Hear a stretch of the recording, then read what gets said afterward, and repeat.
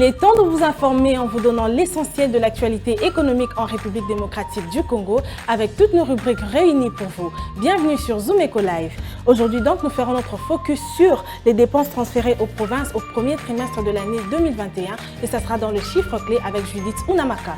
Le dossier parlera de l'arrestation de l'ancien ministre de l'EPST abordé par Guy Chungu. Mais avant tout, prenons les nouvelles en bref.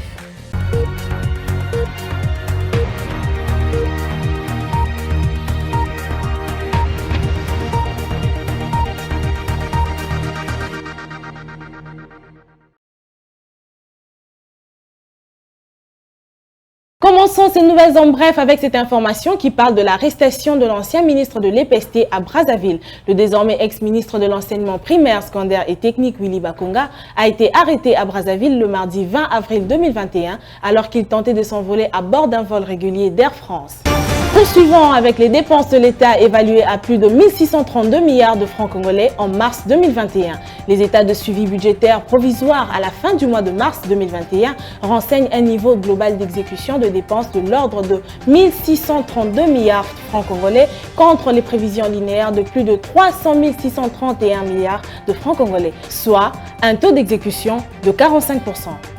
Et pour finir, nouvelles en bref encore, cette fois-ci, le président Félix Tshisekedi ouvre les travaux de la 12e Assemblée générale de l'ICCA à Kinshasa. En sa double qualité du président de la République démocratique du Congo et celui de l'Union africaine, Félix Tshisekedi a ouvert la 12e session de l'Assemblée générale de l'Union des conseils des chargeurs africains en collaboration avec l'Office de gestion du fret multimodal. Cette cérémonie s'est déroulée ce mardi 20 avril 2021 en présence des représentants de 19 pays membres de l'UCCA. Voilà, de retour sur ce plateau, nous allons recevoir Judith Unamaka pour les chiffres clés. Tout de suite.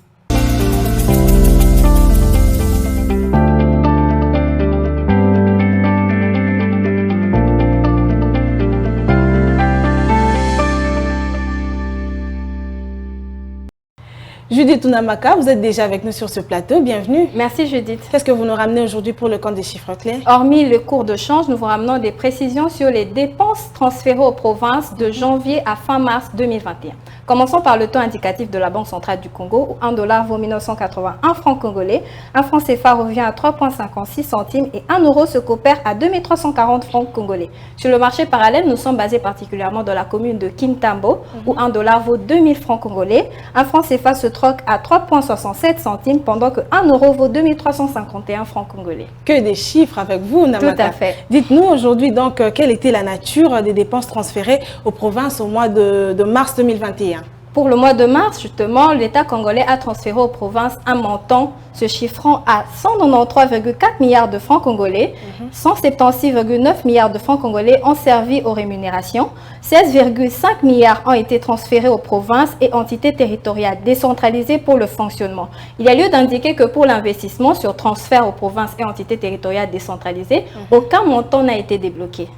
Et donc, quelles sont les charges qui ont été transférées entre le mois de janvier et fin mars 2021? Entre le mois de janvier et fin mars 2021, l'État congolais a transféré aux provinces un montant global de 547 milliards de francs congolais sur des prévisions linéaires de 632 milliards de francs congolais, ce qui dégage un taux d'exécution de 86,7%. Si au cours du mois de janvier et février, rien n'a été payé en termes de frais de fonctionnement, c'est au mois de mars que le gouvernement a débloqué un montant global de 16,5 milliards de francs congolais. Avant de finir cet échange, Judith Unamaka, dites-nous comment est-ce que c'est réparti cette somme revenant aux provinces? La province de Kinshasa, du Haut-Katanga, du Congo central, du Lualaba et du Nord Kivu ont bénéficié de 5,9 milliards de francs congolais, soit 36% de l'enveloppe globale de 16,5 milliards de francs congolais. Donc les 21 provinces restantes se sont contentées de 10,6 milliards de francs congolais.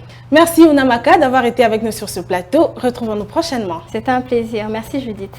Après les chiffres clés, prenons la prochaine rubrique, c'est Zoom Wendy. Bienvenue à tous. Parmi les fruits et légumes qu'on retrouve sur le marché, certains possèdent des propriétés anti-cancer. Que ces aliments méritent une place sur nos menus quotidiens. Sans plus tarder, commençons notre Wendy en vous citant ces aliments, suivis de leur prix. Commençons avec le gingembre, reconnu par son nom Tangawis, diminue la durée de vie de cellules cancéreuses. Cela coûte 1000 francs un moupicou. Le curcuma, cet ingrédient qui stoppe la prolongation de cellules cancéreuses, coûte 1000 francs. Les herbes aromatiques diminuent aussi la prolongation de cellules cancéreuses telles que le céleri. 2 tiges de céleri revient à 50 francs, 200 francs pour le moupicou. L'ail est un trésor alimentaire, cela revient à 200 francs. Une botte de carottes coûte 3500 francs. Les oignons nécessaires pour prévenir le cancer coûtent 200 francs et 300 francs. Pour ceux qui préfèrent le chou, cela coûte 2000 francs et 3000 francs. Une pièce de tomate se vend à 500 francs. Merci de nous avoir suivis et retrouvons-nous très prochainement dans Zoom Wendy. Nous l'avons dit au sommaire, nous allons parler de l'arrestation de l'ancien ministre de l'EPST, Willy Bakonga, et ça sera abordé avec Guy Chungu.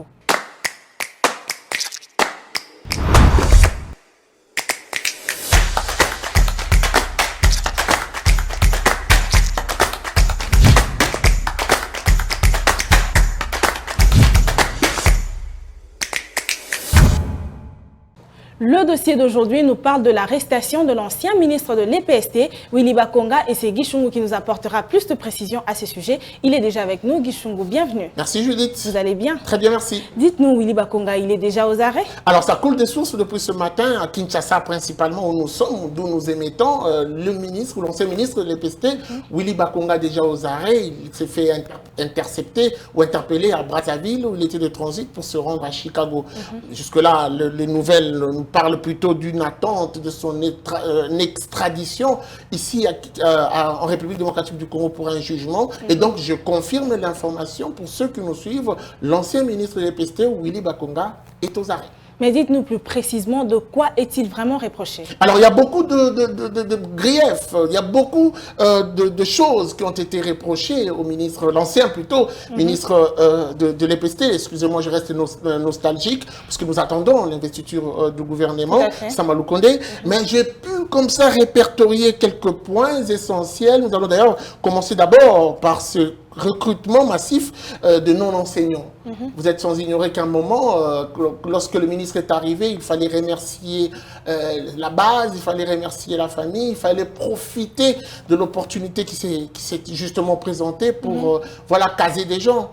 C'est vrai qu'au début, il est allé dans une sorte de natation à contre-courant, puisque lui-même le disait que c'était une occasion pour lui de rationaliser, pour donner à l'État congolais le moyen qu'il faut, le moyen de sa politique pour assurer la réussite de la gratuité. Il a dit plus d'une fois sur les différentes chaînes de télévision, on a constaté plutôt que c'était un ministre qui est venu, mais déjà avec au départ une volonté de vouloir gonfler les effectifs, c'était le premier point.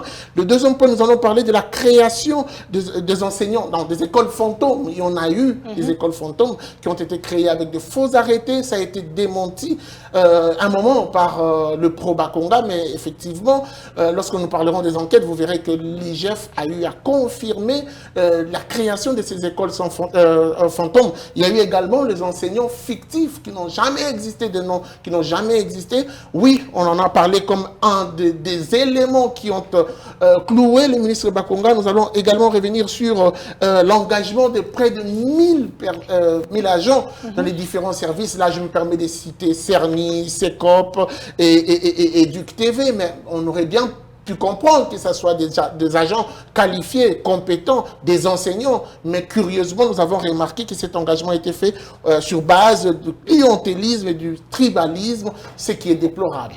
Et dans tant de raisons qu'il inculpe, nous aimerions quand même savoir quels sont les résultats des enquêtes de l'Inspection générale de finances. Alors, l'IGF s'est penché sur la question et les dernières révélations nous font état des 5 hautes personnalités de l'EPST qui ont été cités dans cette mafia, dans ces actes de détournement. 5, nous n'avons pu retrouver que 2 en prison. Il s'agit bien sûr de l'inspecteur général de l'EPST, Michel Djamba, encore que les gens se posent la question si il n'a pas juste payé le prix, il n'en pâtit juste pas.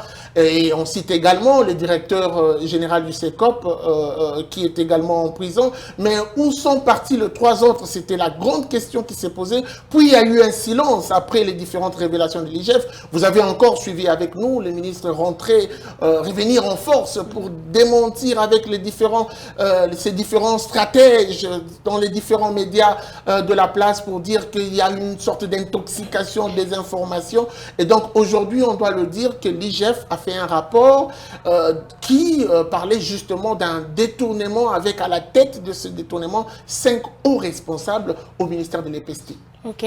Plaçons un peu notre rétroviseur pour savoir combien a-t-il été détourné. Bon, on doit parler de plusieurs sommes ont été détournées, mais seulement j'aimerais préciser que le risque était de perdre même un partenaire important. On doit le dire. Vous avez sûrement suivi avec nous ces menaces, on doit les prendre ainsi, je pèse mes mots, de la Banque mondiale qui voulait se retirer même du financement de secteur, le sous-secteur de l'éducation, puisque la Banque mondiale avait comme une sorte de froid au dos d'observer que l'État congolais ne prenait pas, presque pas au sérieux, toutes les révélations de l'inspection générale des finances. Donc il fallait à tout prix, on aurait peut-être pu vivre une sorte de retrait de la Banque mondiale, Dieu merci. Ça n'a pas été le cas puisque le lobbying a fait à ce que ses partenaires gardent quand même son calme, puisqu'il fallait aller à tout prix avec ces procès jusqu'au bout. Mais il y a tellement de montants qui sont cités plutôt autour de ces détournements. Je pense que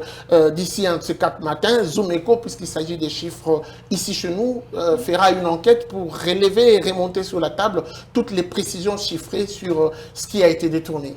Voilà, nous ne pouvons pas finir ainsi sans savoir que pensent les enseignants de cette arrestation de l'ancien ministre de l'EPST. Alors, pour cette question, nous avons pu quand même avoir un des membres du syndicat national des enseignants des écoles catholiques, qui d'ailleurs est en train de nous suivre en ce moment-ci, qui est d'ailleurs en ligne avec nous. Nous avons prévu qu'il nous donne plutôt sa réaction à chaud. Je pense que vous avez la possibilité de nous permettre de le recevoir, puisque c'est vous qui êtes le maître de débat. Bien sûr. Justement, nous sommes en ligne avec vous, Monsieur Bosco Poumna. Nous aimerions savoir quelle est votre réaction par rapport à cette arrestation du ministre de l'ancien ministre de l'EPST. Vous savez, avec tout ce qu'on a commis comme dégâts, comme bradage du système éducatif congolais, c'était prévisible que les auteurs devraient répondre de leurs actes. Et avec les rapports de l'IGF, nous avions suivi qu'il y avait 5 hautes personnalités du ministère qui étaient mises en cause. Nous savons aujourd'hui que la justice est en train de faire son travail pour ceux qui avaient déjà été écroués. Bon, la nouvelle du ministre et tous les enseignants attendaient que lui aussi puisse répondre de ses actes. Et donc on ne pouvait pas comprendre qu'il puisse être soustrait de la justice congolaise. Donc, s'il doit répondre devant les juges naturels, ça sera une très bonne chose. Mais ce qui est plus important au niveau des enseignants de la RDC, c'est qu'on puisse récupérer tout ce qui a été perdu et que ça puisse contribuer effectivement. Malheureusement, il est déjà parti. Nous y reviendrons prochainement avec plus de détails. Merci à vous, Guy, d'avoir répondu à notre invitation. Merci à vous. Fausse information, le ministère de l'EPST n'a pas du tout mandaté un de ses collaborateurs pour récolter les fonds au nom du nouveau ministre de l'EPST. Et nous avons déjà enregistré les victimes à ce sujet et nous recevrons un invité qui nous parlera de ça, c'est le Proved.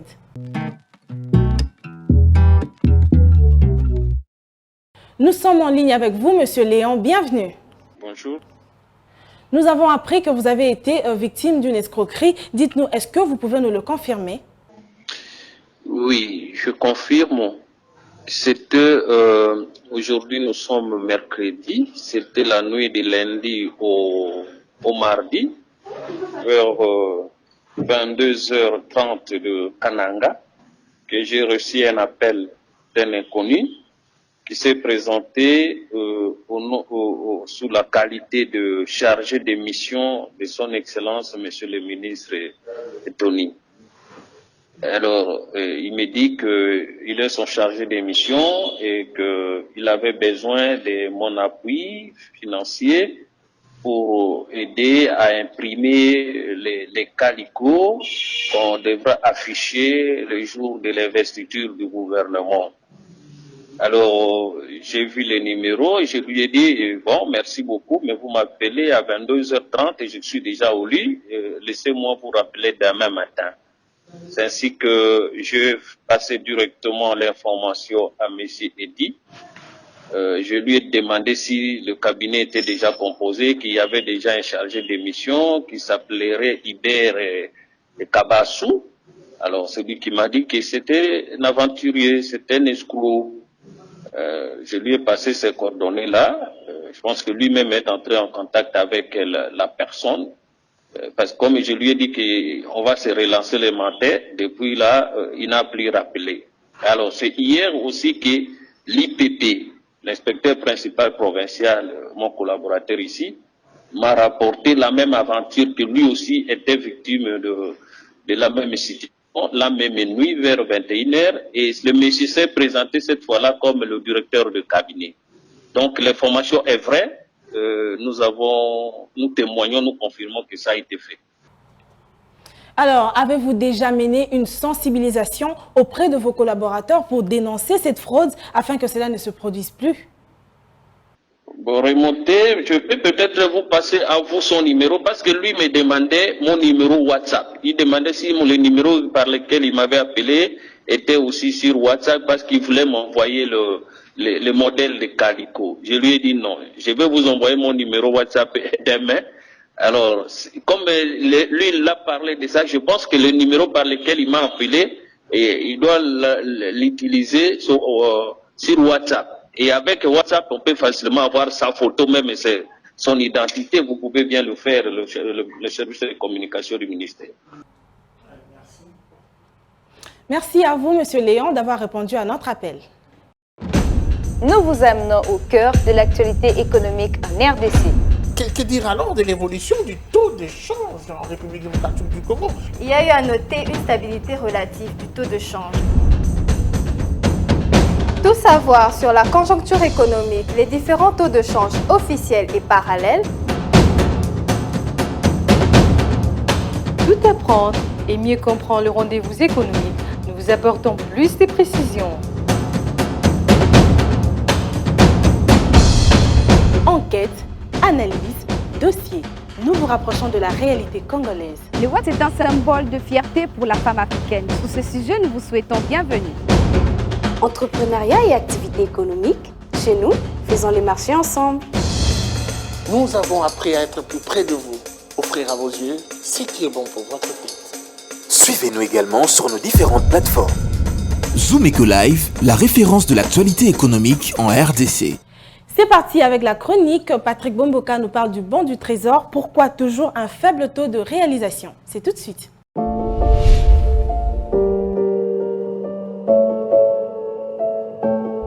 Bonjour. Le gouvernement de la République démocratique du Congo fait recours au bon du Trésor afin de mobiliser des ressources internes sous forme d'emprunts sur le marché financier local.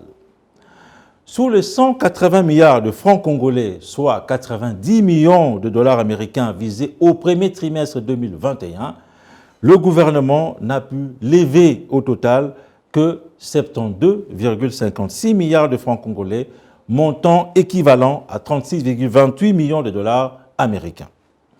Si en janvier, 6 milliards de francs congolais ont été mobilisés, 52,06 milliards de francs congolais l'ont été au mois de février, alors qu'à peine 14,5 milliards de francs congolais ont été réalisés au mois de mars.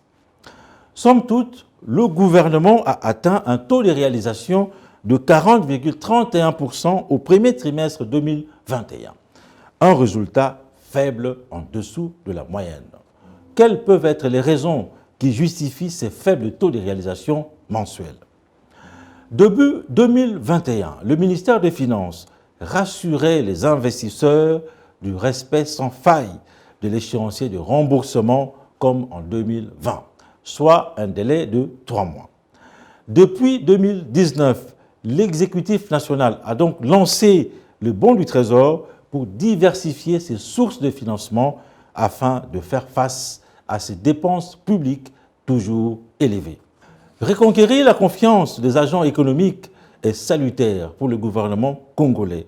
Mais ces paramètres seuls ne suffisent pas pour faire oublier la dose d'incertitude qui entoure ces opérations qui visent à soutenir les trésors publics.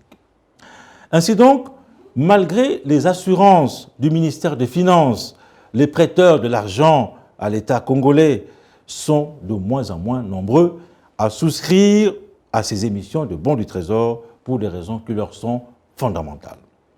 Deux raisons sont particulièrement mises en évidence. D'abord, il y a des craintes par rapport à une éventuelle dépréciation de la monnaie nationale ou une perte de change de la période allant de la souscription au remboursement. Cela veut dire tout simplement que quand vous décidez de prêter de l'argent à l'État congolais, par exemple au mois de mars, il y a une forte probabilité que vos intérêts puissent subir les coûts ou l'effet de la dépréciation de la monnaie nationale au moment du remboursement. Ensuite, le bon du Trésor fonctionne sans parachute de secours. L'État congolais est encore loin d'endosser la décote de la dépréciation de la monnaie nationale au moment du remboursement, ce qui induit le manque d'intérêt de la part des souscripteurs qui se voient perdants dans ces deals. Dans le but de renforcer cet instrument de mobilisation des ressources internes que sont les bons du Trésor, des analystes pensent et estiment que deux solutions peuvent être envisageables. Il faudrait, avance-t-il, premièrement, indexer le bon du Trésor à la fois au taux d'échange et au taux d'inflation. Cette situation intermédiaire aiderait à relancer les soumissions parce que les souscripteurs y trouveraient cette fois-là tout leur intérêt dans l'esprit win-win, dans l'esprit gagnant-gagnant. En deuxième lieu, il faudrait mettre en place des mécanismes pour élargir le panel de souscripteurs, ce qui permettrait d'intéresser aussi bien des particuliers, des assureurs et bien d'autres structures comme la Caisse nationale de sécurité sociale des agents publics de l'État. Merci de nous avoir suivis.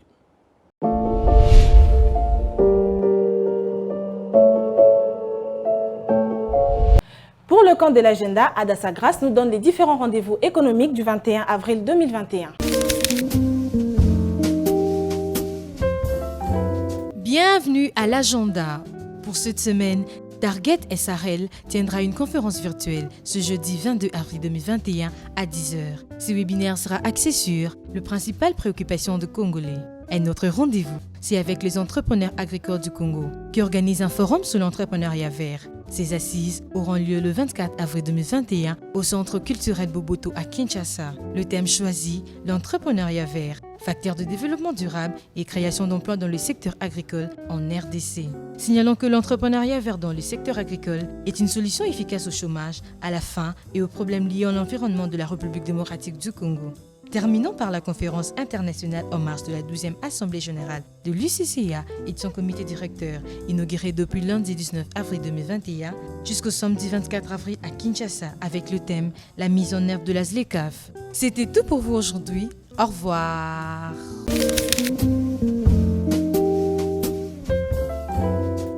Saviez-vous que la photographie peut faire vivre à Kinshasa? Article 15 nous ramène dans les coulisses d'un photographe et c'est avec Benita Moni.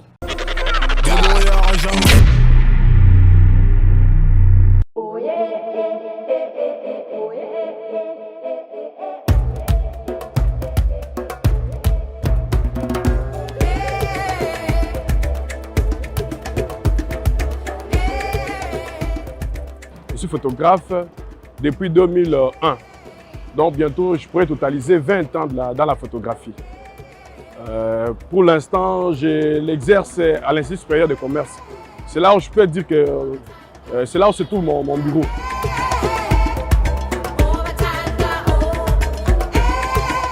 Ouais, je suis marié, père des enfants. C'est une activité, c'est une profession que j'aime bien, la photographie. Certains ont tendance à minimiser certaines activités par rapport à la façon dont les communs des mortels les considèrent. Je pourrais dire que la photographie en soi, c'est un art.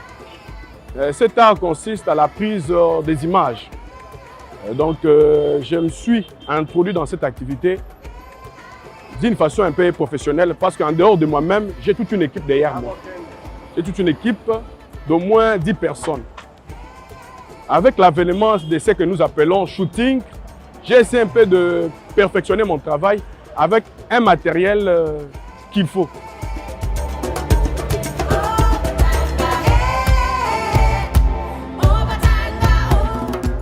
Les difficultés sont énormes et certaines personnes ont tendance à nous déconsidérer. Elles trouvent qu'en faisant la photographie, on ne représente rien. Donc, ce n'est pas un travail à négliger. La Bible déclare que c'est par ton sueur que tu pourras te nourrir. Tout travail produit de l'abondance. Donc, il y a plein de difficultés, mais malgré ça, nous tenons parce que nous l'aimons beaucoup. Je suis passionné de la photographie.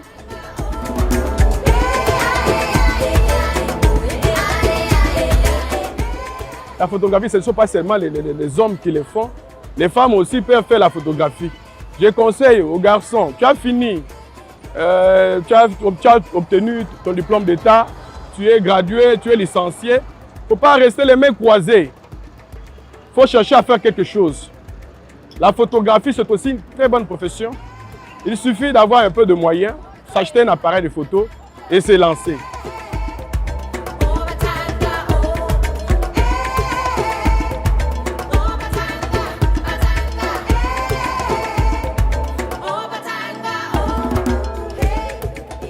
Nous venons de fermer la page de la coalition FCC Cash.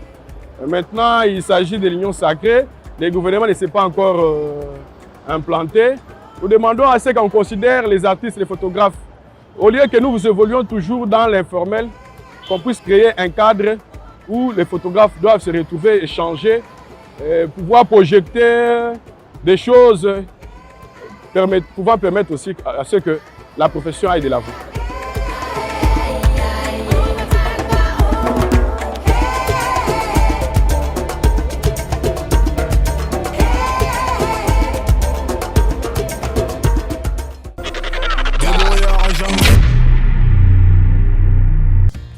Merci d'avoir été nombreux à nous suivre. Abonnez-vous sur notre chaîne YouTube et retrouvons-nous prochainement avec le même plaisir.